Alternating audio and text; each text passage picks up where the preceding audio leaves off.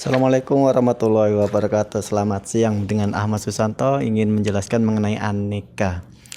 Dalam mewujudkan pelayanan publik yang berkualitas, maka dibutuhkan peran dan tanggung jawab aparatur sipil negara yang profesional dalam menjalankan tugas pokok dan fungsinya, sehingga tidak merugikan masyarakat dan pemerintah itu sendiri.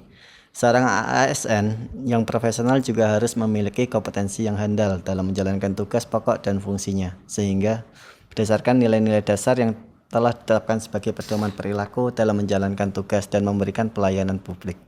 Oleh sebabnya, seorang ASN profesional wajib memahami dan mematuhi nilai-nilai dasar yang menjadi acuan pelaksanaan tugasnya yang dikenal dengan aneka. Nah, apa itu aneka? Aneka merupakan singkatan dari nilai akuntabilitas, nasionalisme, etika publik, komitmen mutu, dan anti korupsi. Nah, sekarang di kesempatan pada siang ini sudah bersama Pak Hoirul Abdillah, Eskom MM selaku Kasih Pindah Datang dan Pendataan Penduduk dari Dinas Dukcapil Jepara. Selamat siang, Pak. Selamat siang. Gini, Pak, kita mau menanyakan mengenai aneka yang terjadi di Dukcapil ya. Tapi sebelum masuk ke pemaparan aneka tersebut, kami pengen tahu, Pak, bagaimana proses Bapak menjadi ASN dari awal sampai sekarang kayak gitu. Alhamdulillah, terima kasih. Saya menjadi ASN berawal dari tahun 2003, tepatnya yaitu tanggal 12 bulan 4 2003, di mana itu saya mulai awal dari tenaga harian lepas THL, dulunya dari THL. Berjalannya waktu ada pengangkatan secara bersamaan, saya masuk di tahun 2000, pengangkatan tahun 2006. Nah, jadi saya berawal dari tahun 2003 menjadi staf, terus 2015 saya promosi di Bagas Bangpol. Dari Bagas Bangpol saya pindah menjadi di Dukcapil. Jadi promosinya di Kasubag Perencanaan dan Evaluasi di kantor Bagas Bangpol 2 tahun.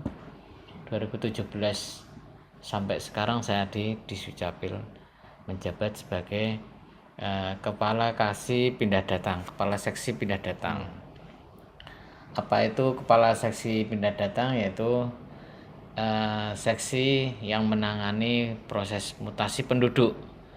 Mutasi penduduk yaitu meliputi pindah antar desa satu kecamatan, pindah antar kecamatan, dan pindah antar kabupaten kota, antar provinsi, di mana semua tahapan dalam kehidupan saya menjadi ASN dari 2003 sampai 2021 semua alhamdulillah berjalan dengan baik, tidak ada suatu hal yang membuat saya itu menjadi ASN yang sombong, yang angkuh dan sebagainya. Kita mendasari dari suatu hal di mana kita mempunyai akuntabilitas, nasionalisme, etika publik, komitmen yang tinggi, terus satu hal lagi anti korupsi, yaitu ya seperti halnya tadi disikat dengan aneka gitu ya. Iya. Ya, Pak, berarti untuk yang selanjutnya ini indikator yang terdapat dalam aneka itu apa yang bisa diterapkan di Kasih Pindah Datang ini sendiri, Pak? Yang bisa diterapkan yaitu satu,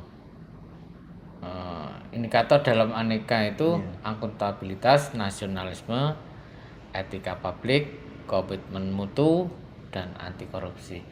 Di mana akuntabilitas hampir bersamaan dan maknanya dengan responsif ya. Di mana itu adalah bagian dari tanggung jawab. Akuntabilitas adalah kewajiban kita untuk mempertanggungjawaban dan harus dicapai. Sedangkan contohnya yaitu mampu mengambil keputusan yang tepat dan benar ketika terjadi masalah, memperlakukan warga negara secara sama dan adil dalam penyelesaian pelayanan publik, dengan menunjukkan konsistensi dan dapat diandalkan sebagai penyelenggara pemerintah. Itu dimana satu hal itu kita juga perlu punya rasa nasionalisme. Rasa nasionalisme adalah pemahaman kita mengenai nilai-nilai kebangsaan. Nasionalisme memiliki pokok kekuatan dalam menilai kecintaan individu terhadap bangsanya. Salah satu cara untuk menumbuhkan semangat nasionalisme adalah dengan menanamkan dan mengamalkan nilai-nilai Pancasila. Selanjutnya, di mana kita juga mempunyai etika dalam etika publik, merupakan tentang standar yang menentukan baik atau buruk, benar atau salah terhadap perilaku, tindakan, dan keputusan untuk mengarah kebijakan publik, di mana dalam rangka menjalankan tanggung jawab untuk pelayanan, di mana kita itu di Distrik Capil merupakan satu OPD yang mempunyai pelayanan kependudukan, yang merupakan pelayanan kependudukan adalah kebutuhan dasar dari penduduk, yaitu meliputi dari data kependudukan dari KK, KTP, gitu. Terus ada juga KIA, itu produk dari bidang Dapduk, bidang yang kami bidangi selama ini, karena pindah datang itu masuk dalam grupnya pendaftaran penduduk, dimana hal yang lain adalah pencatatan sipil yang produknya itu antara lain dari akte kelahiran, akte kematian, pencatatan perkawinan non muslim, itu maksudnya di catatan sipil. Dan kebetulan saya dalam hal ini sebagai kepala seksi pindah datang dan pendataan penduduk, melayani masyarakat untuk dalam mutasi kependudukan. Jadi mutasi di mana kita harus membuat keputusan berdasarkan prinsip keahlian, di mana prinsip-prinsip yang berlaku karena permasalahan kependudukan yang terlalu kompleks.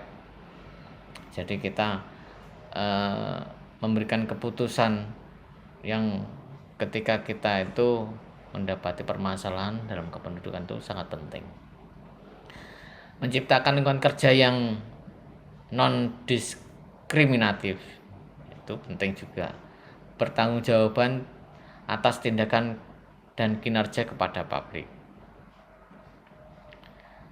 dimana dalam ketika semua sudah dijalankan, antara lain akuntabilitas, nasionalisme, etika publik, komitmen ini sangat penting ya, komitmen mutu merupakan penyelenggaraan pemerintahan yang baik dan bersih.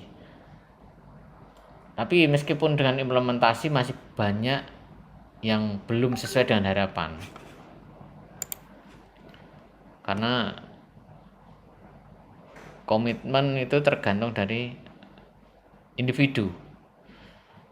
Kalau dari ASN-nya itu punya komitmen yang baik, kerja dengan baik, tanggung jawab, itu sangat penting. Setelah dikembangkan dan ditingkatkan di lembaga pemerintahan, selalu ingin meningkatkan kepercayaan publik dengan nilai-nilai dasar dan komitmen mutu, itu punya efektivitas, punya efisiensi, inovasi ini yang penting. Sekarang ini dituntut untuk bekerja yang mempunyai inovasi. Amati, tiru, modifikasi. Ketika kita mau membuat inovasi yang penting dalam untuk pelayanan, terapkan ilmu ATM itu, amati, tiru, modifikasi. Jadi ketika kita pengen melihat sesuatu pengembangan untuk kita terapkan, ya amati dulu, ditiru dan dimodifikasi, nanti kita kembangkan lagi. Karena di situ akan berorientasi pada mutu pelayanan yang baik. Sekarang diterapkan di Disucapil, bahwasanya kita selalu berinovasi bagaimana kita memberikan pelayanan yang terbaik untuk masyarakat tanpa bersinggungan dengan masyarakat. Sekarang yang berkembang adalah pelayanan online. Pelayanan online tanpa masyarakat datang ke Disdukcapil, berbondong-bondong ke Disdukcapil, tapi kita layani. Di situ akan terjadi efektivitas dan efisiensi. Meskipun di situ ada plus minusnya, itu pasti terjadi. Online pelayanan tanpa ada tatap muka antar masyarakat dengan petugas. Seperti halnya proses akte kelahiran. Proses akte kelahiran tanpa masyarakat datang ke Disdukcapil. Syarat-syarat dan ketentuannya berlaku diupload satu persatu. Nanti akte kelahiran jadi sudah disertakan dengan KIA, dikirimkan via pos. Begitu juga untuk akte kematian, KK baru dan KTP yang ditinggalkan itu juga baru nanti dikirimkan via pos. Berarti terjadi 2 in 1, 3 in 1 pelayanan yang mudah. Jadi tidak seperti dulu. Dulu itu pelayanan itu dilakukan di Disdukcapil, masyarakat banyak datang ke Disdukcapil, terjadi antrian yang sangat panjang. Petugas yang setiap hari itu melayani terjadi kelelahan, capek, stres.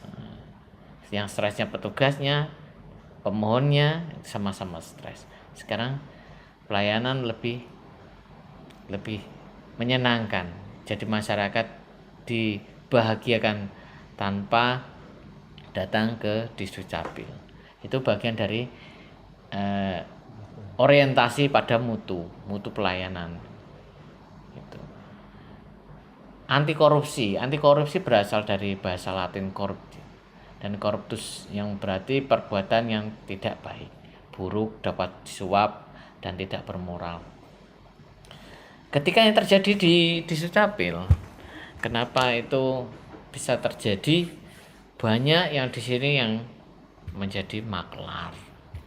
Maklar itu apa? Orang calo itu sama aja dengan maklar.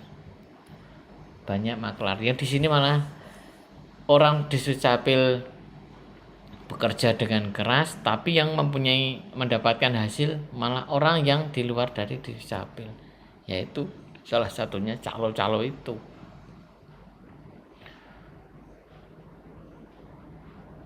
Calo itu sangat merugikan. Karena apa? Karena mereka ya orientasinya uang, tapi bukan orang Disdukcapil.